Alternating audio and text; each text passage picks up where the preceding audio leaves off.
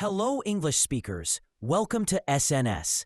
I am Martin, your English practicing partner. This is episode 4 of our English Fluency Practice series. This session of English Fluency Practice is designed for beginner and intermediate English learners. Here, you'll learn how to speak natural English through interesting stories. So don't miss any video from this series. Keep learning English with Sir Native Speaker. After this session, you will truly feel a change in your English speaking skills. This shadowing practice is very helpful for learning daily conversational English, whether for class, the office, or any test or interview. Even if you are a beginner, it will be very useful for starting your English learning journey. Your job is simple. Listen to me carefully and try to copy the words, tone, and rhythm. And if you find any word difficult, don't worry. I'll explain everything after the story. So keep watching until the end. If you found this video helpful or can relate to it, don't forget to subscribe to the channel. Click the bell icon and give the video a thumbs up.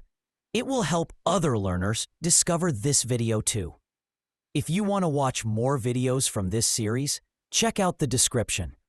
As Nelson Mandela once said that, it always seems impossible until it's done. So try to speak English from today, and you will truly improve in no time. So, take a cup of coffee and let's start. In a small, forgotten village, surrounded by dusty fields and silent hills, there lived a boy named Aaron. He wasn't like other children.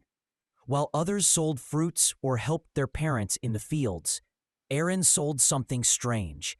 He sold dreams. Every morning, he carried a small wooden box and walked through the village streets, calling softly, "Dreams for sale! Beautiful dreams for anyone who believes." Most people laughed at him. "Dreams can't be sold, boy," an old man once said. Aaron only smiled. Maybe not to those who have stopped dreaming. No one knew where he got his dreams from, but he always carried tiny glass bottles filled with glowing dust. Red, blue, gold, and silver. He said each color held a different kind of dream. Blue is for peace, he'd say. Gold is for courage. Silver is for hope. And red is for love. Children followed him everywhere, their eyes wide with wonder. He would hand them small bottles, whispering, "Close your eyes tonight, and you'll see something magical." One girl, named Mira, became his closest friend. She was quiet and often sad because her father had gone away to find work and never returned. Aaron gave her a small golden bottle one evening. "This dream," he said softly, "will remind you that no goodbye lasts forever." She smiled for the first time in weeks. "Thank you, Aaron. I'll keep it safe." But not everyone believed in Aaron's magic. Some grown-ups thought he was strange. "He fills children's heads with foolish stories," they complained. The shopkeeper once shouted, "Stop wasting time, boy. Dreams won't feed you." Aaron only smiled and replied, "Maybe not. But they feed the heart." One winter, a terrible drought hit the village. The river dried, crops failed, and people lost hope. The laughter of children faded. Even the birds left the trees. Aaron still walked the empty streets every day, calling, "Dreams for sale!" But no one answered. One evening, he sat near the old well, his wooden box beside him. The bottles looked dull now, their glow fading. For the first time, he felt lost. "Maybe they were right," he whispered. "Maybe dreams can't help anyone." Just then, Mira came running, her face pale. "Aaron, my mother's very sick." That night, the sky turned strange. Clouds gathered after months of emptiness. Thunder rumbled softly in the distance, and rain began to fall. The villagers ran outside, lifting their hands to the sky. The river started to flow again, and the fields smelled of new life. When morning came, Mira ran through the streets, shouting, "The rain came! The rain came! And my mother's better!" The villagers couldn't believe it. They said it was a miracle. But Mira said quietly, "It was Aaron's dream. He gave it to me." People rushed to find Aaron, but he was nowhere to be seen. His wooden box lay near the well, empty and open. Inside it, a single note was left. It said, "Dreams are not things to keep. They are seeds. Plant them in someone's heart, and they will grow." Days passed, and Aaron never returned. Some said he had gone to another village to sell dreams again. Others said he had become part of the wind that whispered hope into people's hearts. But something had changed forever. The villagers began to smile again. They helped each other, shared food, rebuilt homes, and told stories of the boy who believed in dreams. Mira grew up and became a teacher. Every year, she told her students about Aaron, the boy with the wooden box, the one who taught her that hope can heal, even when life feels dark. She kept the empty golden bottle on her desk as a reminder. One evening, when the sun was setting behind the hills, Mira was closing her classroom when a little boy walked in. He had bright eyes and carried a small box.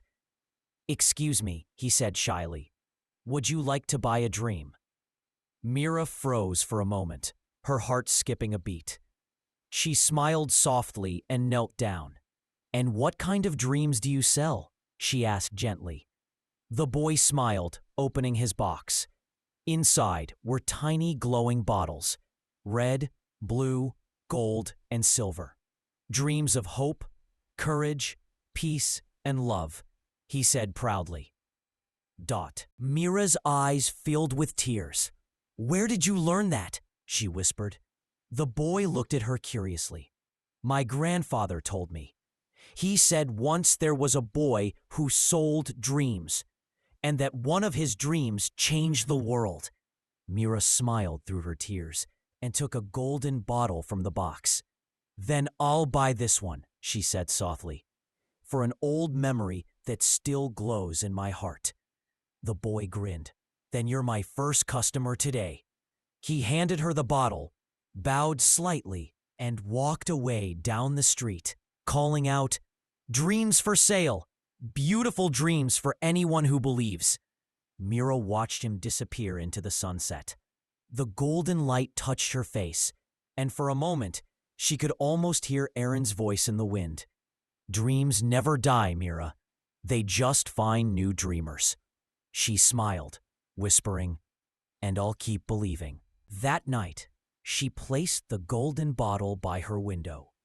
It glowed faintly in the moonlight, like a star caught inside glass. The air felt warm, peaceful, and full of quiet magic. As if somewhere, the boy who sold dreams was smiling too. This story teaches us that dreams are not foolish. They are the seeds of hope, courage, love, kindness, and faith. Even when life feels hard, believing in your dreams can bring light not only to your own life, but also to others. A single dream shared with love can change the world. Now, it's time to explain the meanings of the most difficult words from the story, along with their contextual usage and one simple alternative that you can use in your daily conversations. Word number 1, steadfast, meaning firm and loyal, never giving up.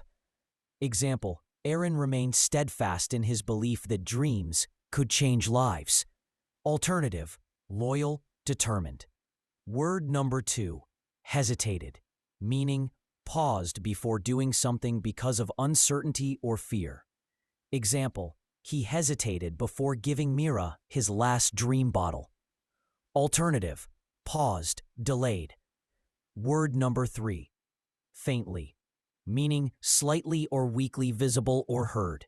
Example: the golden bottle glowed faintly in the moonlight. Alternative: lightly, softly. Word number 4, whispered, meaning spoke very softly, using little or no breath. Example: Aaron whispered, "Close your eyes tonight and you'll see something magical." Alternative: murmured, spoke softly. Word number 5, vanished, meaning disappeared suddenly and completely. Example: the next morning, Aaron had vanished, leaving only his empty box behind. Alternative: disappeared, faded away. Word number 6, trembled, meaning shook slightly because of fear or strong emotion. Example: Mira's hands trembled as she held the tiny bottle of hope. Alternative: shook, quivered. Word number 7, drought, meaning a long period with no rain.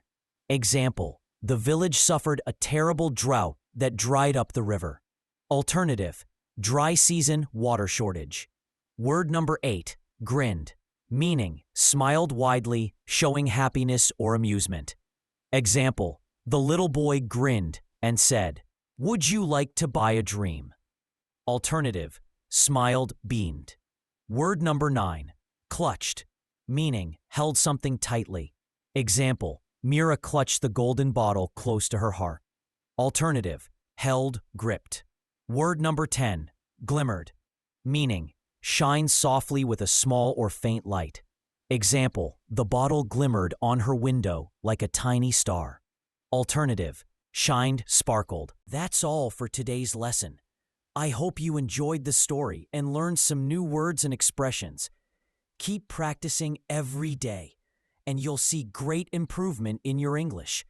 If you found this video helpful, don't forget to subscribe to the channel and click the bell icon so you don't miss any future lessons. Thank you so much for watching. Stay motivated, keep learning, and I'll see you in the next video. Goodbye and take care.